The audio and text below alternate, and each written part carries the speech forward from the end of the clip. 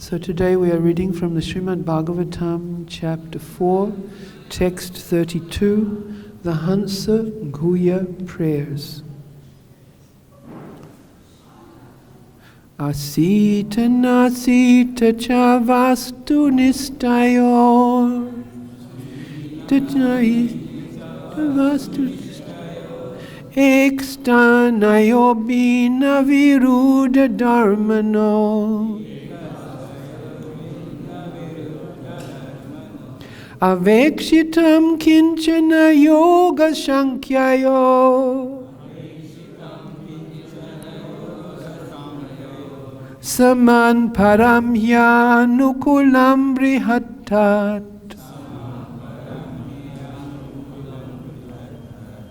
astita nastita chavastu nistayo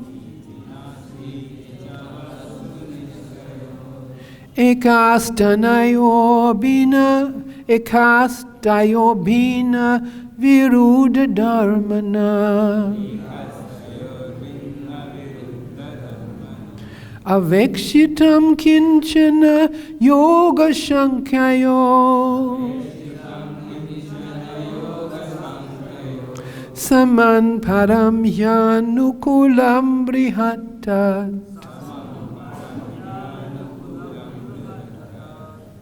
Somebody else?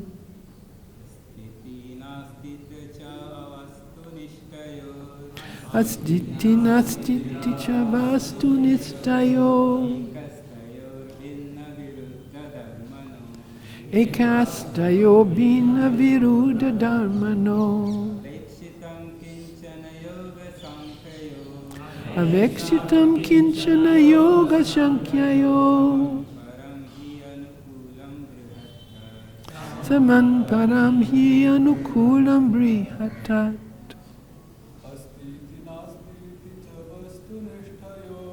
astiti nastiti cha vastu nistayo ekastayo bina viruddha dharmano avekshitam kinchana yoga shankyayo samam paramhyanukulam brihattat astiti nastiti cha vastu nistayo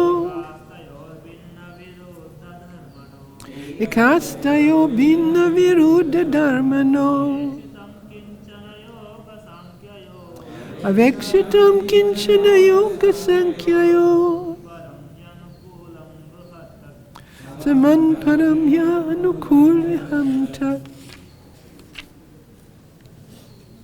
Are there any ladies who would like to chant the verse?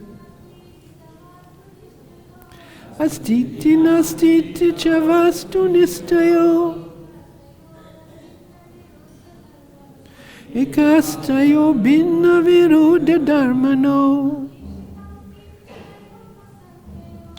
avekshitam kinchana yoga shankyayo samam paramhyanukulam brihattat.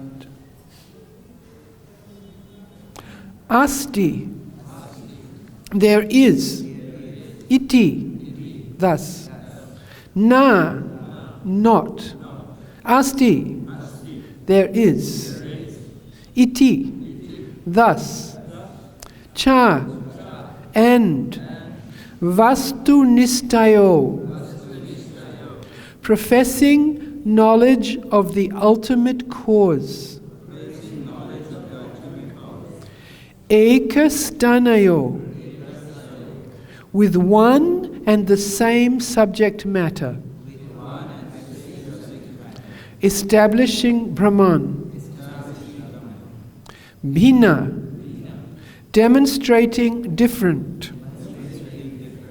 Viruddha dharmano, as opposing characteristics. Avekshitam, perceived. Kinchana, that something which. Yoga Sankyayo, of mystic yoga and the Sankhya philosophy. And Sankhya philosophy is analysis of the ways of nature. Samam, the same. Param, transcendental. He, indeed. Anukulam, brihatat, that ultimate cause. Translation. There are two parties, namely the theists and the atheists. The theists accept the supersoul, the theists who accepts the supersoul finds the spiritual cause through mystic yoga.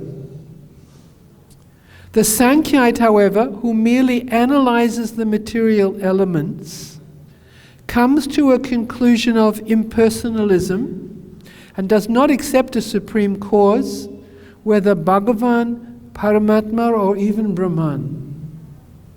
Instead, he is preoccupied with the superfluous external activities of material nature. Ultimately, however, both parties demonstrate the absolute truth, because although they offer opposing statements, their object is the same ultimate cause. They are both approaching the same Supreme Brahman, to whom I offer my respectful obeisances. So I'll repeat section by section. There are two parties, namely the theists and the atheists. The theists, who accept the supersoul, find the spiritual cause through mystic yoga. The Sankhyaite, however, who merely analyzes the material elements, comes to a conclusion of impersonalism and does not accept a supreme cause, whether Bhagavan, Paramatma, or even Brahman. Instead, he is preoccupied with the superfluous, external activities of material nature. Ultimately, however, both parties demonstrate the absolute truth, because although they offer opposing statements, their object is the same ultimate cause. They are both approaching the same Supreme Brahman, to whom I offer my respectful obeisances. Om Agyana Timrahandasya Gyana Gyana Salakaya Chakshu Unmilitam Jena Tasmai Shri Guruve Namaha. So this particular verse is a very significant one. It has a full 2.5 page purport. But I don't intend to go into detail on the purport because it's a highly philosophical and analytical one. And it required me, in preparation, to spend quite a few minutes going over each paragraph very carefully to actually follow the thread. And generally when one is studying with the book or listening, the book student is easier because you have everything, you can read it again and so forth. So for this reason I would like to skip reading this purport, perhaps just refer to certain points. But this is a very interesting purport from the perspective of how the atheist and the theist are actually dealing with the same thing. They're seeing the same thing, but they're seeing it from different angles. One point that Srila Prabhupada makes is this. But if I then say, and do you know something? Nobody created this. Nobody made this. It came about, it sort of evolved into a temple. Once there was just land here and a tree. And then gradually and slowly over time, this temple came about. And it's very nice, and we like to come here every day, but we're not quite sure if anyone actually had anything to do with putting the bricks in place or the RCC in the middle. Then we have a problem there. We will be telling them, no, we know who was the architect of this temple, and we know who went and collected the money for this temple. And we know the man who painted the walls. And we know the person who put this metal grill up here. And we know why he put that metal grill up there, because of the monkeys.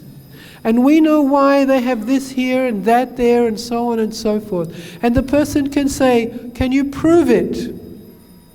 And we can say, yes, we can bring some of those people forward. We can provide witnesses that this person did this and this person did that. And then they might say, yes, you've given so many evidences, but I don't accept them. I don't accept them. So all the time that we have been arguing, we have been studying the same subject, the temple. And now we come to the conclusion, maybe no one created it, maybe someone created it, so we have a difference of perspective there. But our study has been of the same subject matter all along. This is a very profound way to think, because the world today is so full of all these kind of divisions, categories and divisions, so that people are classified and some are there and some are there, and to get that unity, and not a kind of unity based on nationality, or unity based on gender, or unity based on age, or unity based on experience. All of those things can change. But to get a genuine cause of unity together, we have to be able to see how all those elements, all those different pieces, are all part of one supreme whole. So this prayer is one of the Hansagulya prayers. And this prayer was being presented, it is not created by, but it is being presented by Daksha. And you may remember, if you have been following the Bhagavatam, that in the 4th canto, at the beginning of the 4th canto, Daksha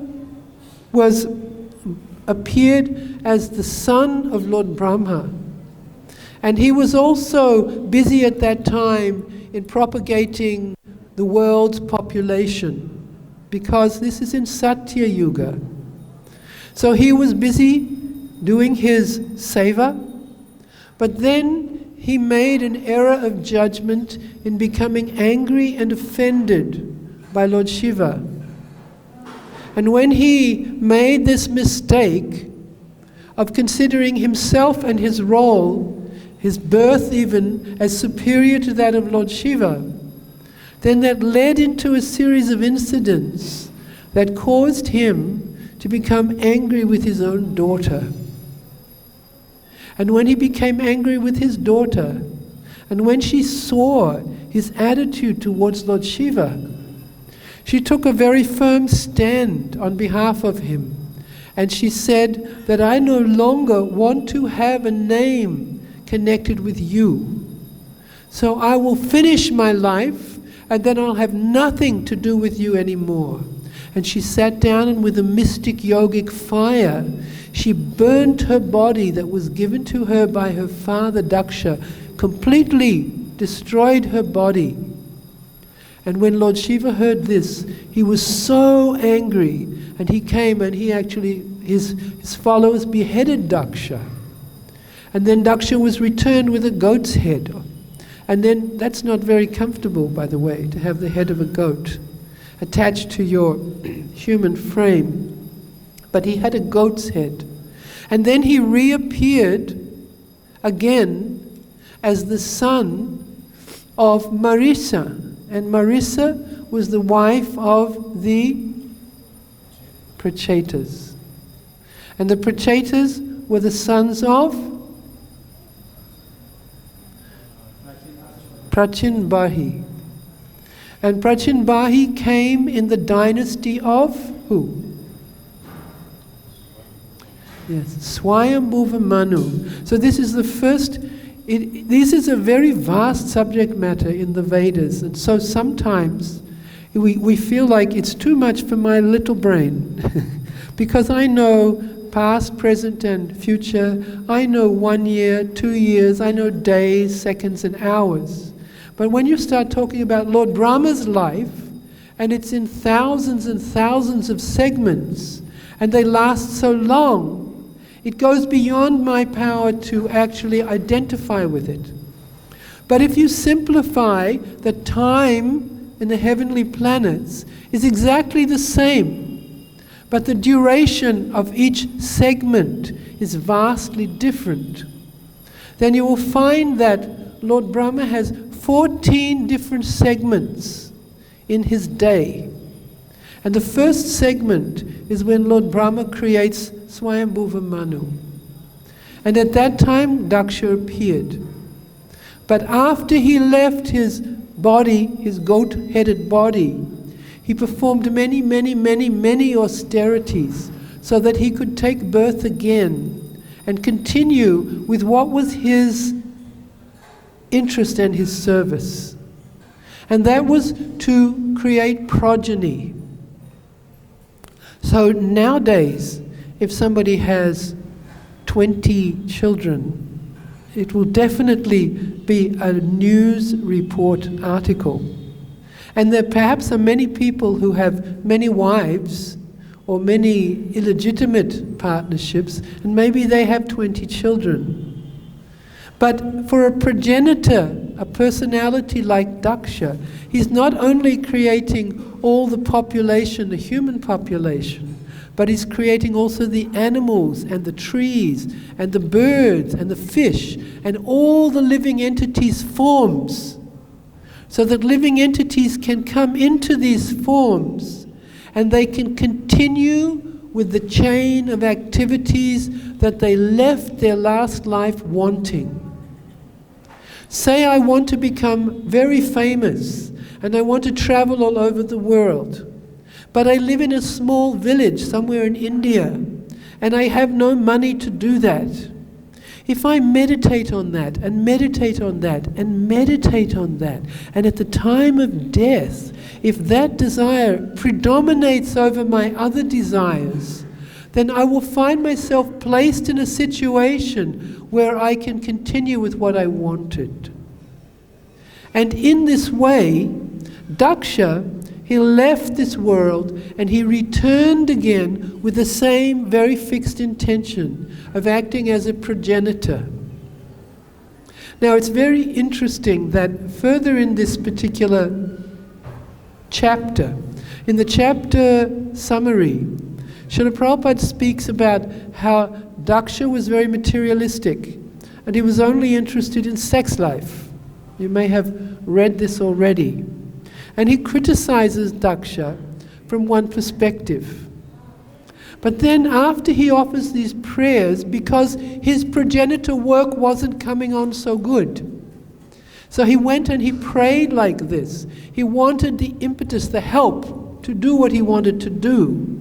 When the Lord was pleased with his prayers, which were not his creation, but they were the prayers that have been given in the Vedas and spoken from time immemorial, when he pleased him with these prayers, then the Lord first gave him a wife.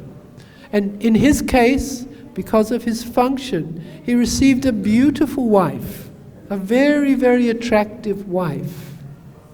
But when the Lord spoke to him, he emphasized to him, in the future verses you'll hear, how he praised him and thanked him for what he was about to do, because he explained that you are actually helping in my service. So on one hand, Srila Prabhupada is criticizing or analyzing in a critical way. He's a materialist, he's materialistic, he's exalted, but his intentions are materialistic. And on the other side, the Lord is saying, you are helping with my service, with my desire, with what I want to achieve. So I read this with interest. How is this? And the first thing I noted was that, and this is there in the purports, that the Lord is extremely friendly, extremely kind. And he travels in the heart along with the jiva, and we've heard this so many times. He travels like two birds, and one bird is very busy trying to experience everything and have a good time, and the other bird is watching, waiting, and very, very patient. So I feel for myself it is very important to remember both. That I should not waste my time in this world trying to expand my kingdom and my treasures, because they will all be washed away with the force of time. But at the same time, I should understand that the Lord who is traveling with me is very, very friendly and patient.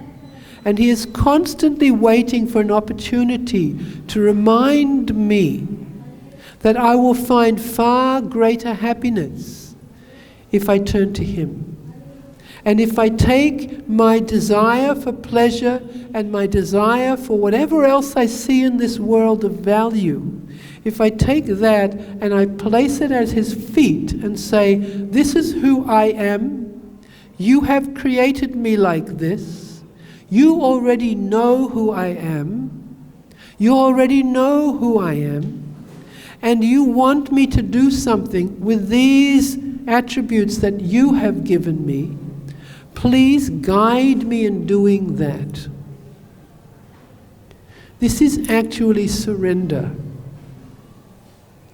For so long, I will speak personally, for so long I had a great fear of the concept of surrender, because I identified it with the understanding that if I surrender, Krishna is going to say, at last, you've understood that all the things you have are actually mine, and now I want them all back. And he's going to take them all away, and I'm going to become a nothing. And this comes back to this astiti, nastiti. If he's a nothing, then certainly I'm a nothing. But if he's a personality, then I'm a personality. And I'm a part of him. A part, but distinct from him. So, if he can love, I can love. And if I can love, he can love. And what is the nature of this love?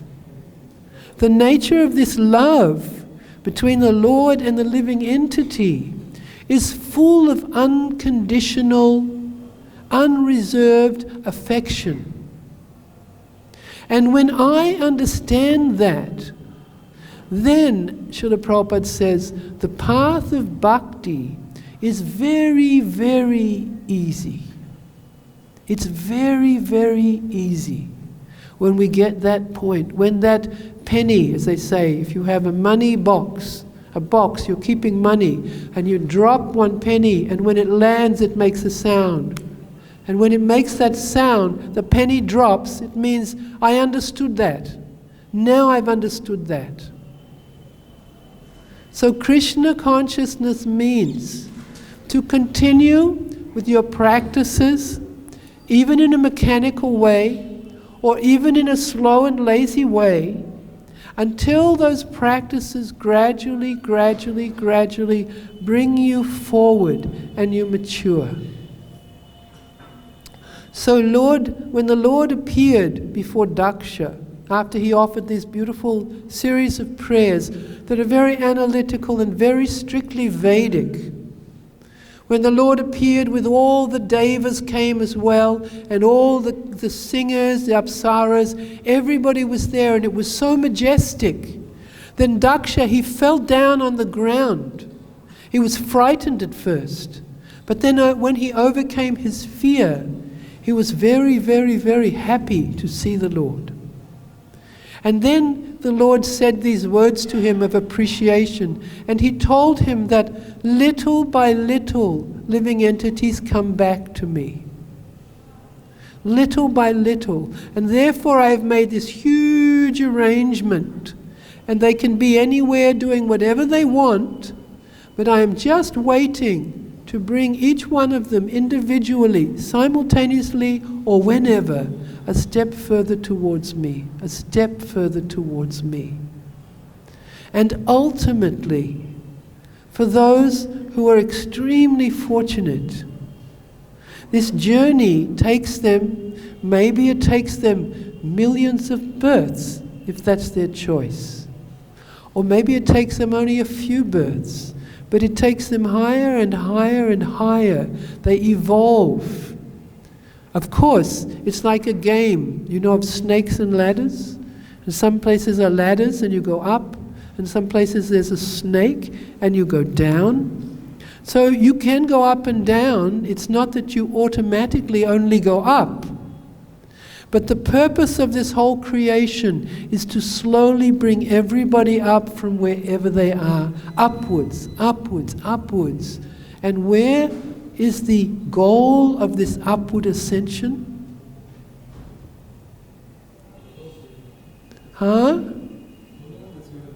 Goloka Vrindavan. The goal of this ascension is to enter into Vrindavan. And here we are.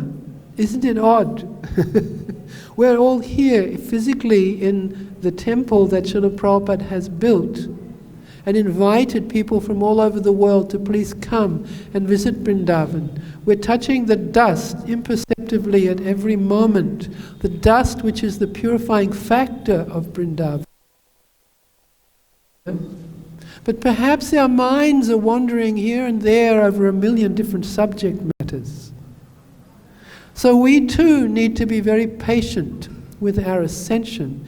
And if we're fortunate enough that we have come to Vrindavan, we should not only emphasize patience, we should emphasize a little determination, because you've come so close. You're touching something so high. So you should not be patient meaning lazy.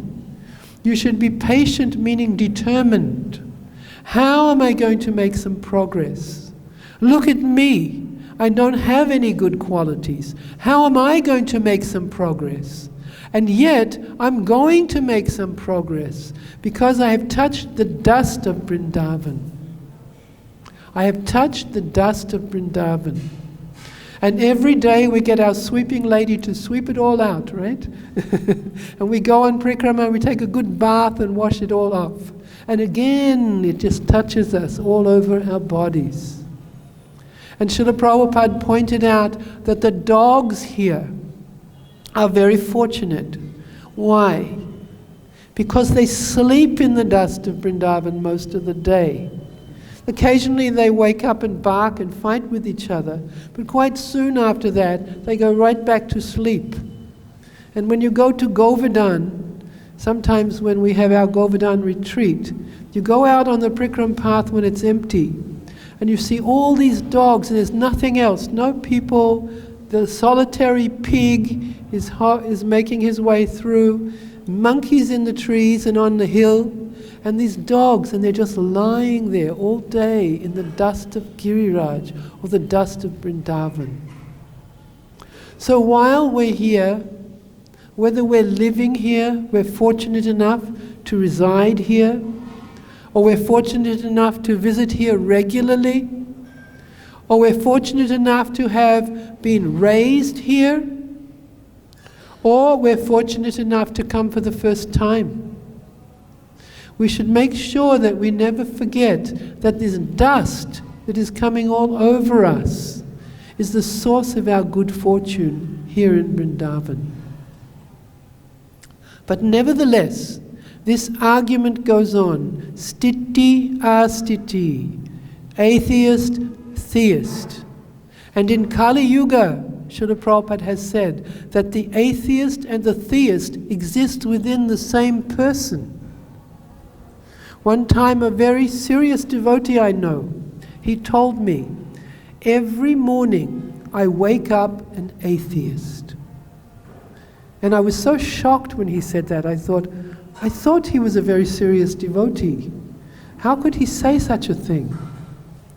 And then I became a little observant myself of my first thoughts when I first wake up in the morning, before I do anything, when I first open my eyes. And I began to see that so many of my thoughts had me in the center, and what I wanted, and what I was going to do, and how I was going to do it. And there was hardly a thought initially of myself as a completely insignificant servant. And then I realized that I too, every morning, am an atheist. And if I don't want to remain an atheist all day, I have to do something to shift my consciousness.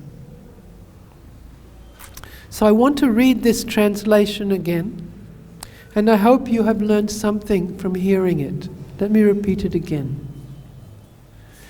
There are two parties, namely the theists and the atheists.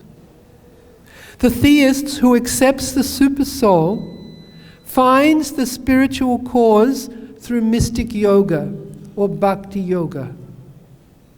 And the Sankhyaite or the Jnani or the atheist merely analyzes the material elements and comes to a conclusion of impersonalism and does not accept a supreme cause, whether Bhagavan, Paramatma, or even Brahman. Even the idea that everything is all one, they won't even believe or accept that. Instead, what is the atheist doing? He is preoccupied with the superfluous, external activities of material nature. Ultimately, however, both parties, the atheist and the theist, demonstrate the absolute truth. This word demonstrate is an interesting word. They demonstrate the absolute truth. Because although they're offering opposing statements, their object of focus is the same ultimate cause. They are both approaching the same Supreme Brahman, to whom I offer my respectful obeisances. Thank you very much. Any questions? Or if there's time, I don't know if I'm... Okay. Is there any questions?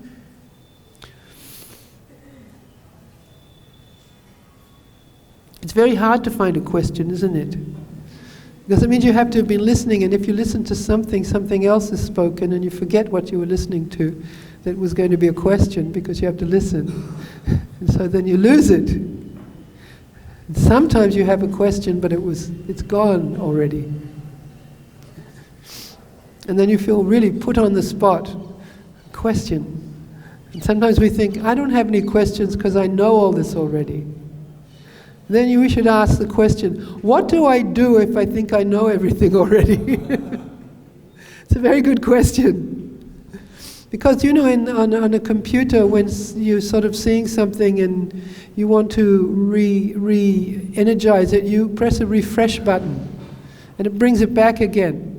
So we need to have a psychic or a heart refresh button, where we refresh our knowledge and we refresh our understanding and we revitalize what we know. And we become happy that we're re-energizing, and we become happy to think, actually, I don't know anything.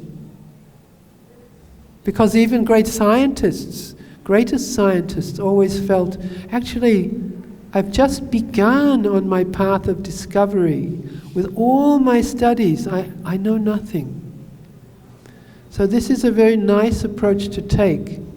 when we try to understand the supreme cause of everything, which is unlimited. How can we understand? How can we understand? How can we understand? Dhammapa Prabhu, how can we understand the supreme cause of everything, which is unlimited? We have finite brains. Do you have an answer? Does anyone have an answer? I'll ask you questions if you won't ask me questions. Does anyone have an answer? A suggestion? Yes. First we should understand that we don't understand. First we should understand that we don't understand. Thank you. I think that's really important. Because if you think you understand, just like, sometimes I've seen like the children, they come in from the Gurukula, and I was a Gurukul teacher once. And I used to have 4 or 5 boys sitting in front of me. And my business was to keep them quiet. This was not in Vrindavan. My business was to keep them quiet and to keep their hands folded. Had to sit up straight, fold their hands, and listen.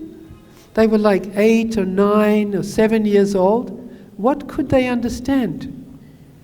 But later some of them would say to me, I know everything about Bhagavad-gita. I've been listening to Bhagavatam class since I was 4 years old. I know everything. There's nothing for me to know. I already know everything. And I would think back, when you were 4 years old or 5 years old or 7 years old, what went in your brain and remained there? If anything went in your ears, it went out the other one. So what do you know? So the first thing is to accept the mood of a student. I'm just a baby. I'm nobody advanced or elevated. I don't know anything. That's the first prerequisite if you want to know something. And? Do we have another hand up at the back? Go to someone who has understood this. But if it's unlimited, who can understand it? Does that mean they have an unlimited brain? And I have a limited brain?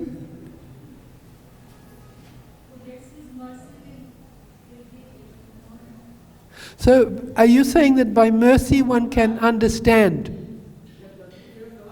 By some mercy, one may be able to get some, I would say, by mercy, from my own experience, by some mercy, I may get just a glimmer of a hint of an idea of something. And that's an amazing amount. And if I use that, and I think about that a lot, it leads me usually to another little clue on this journey of spiritual discovery.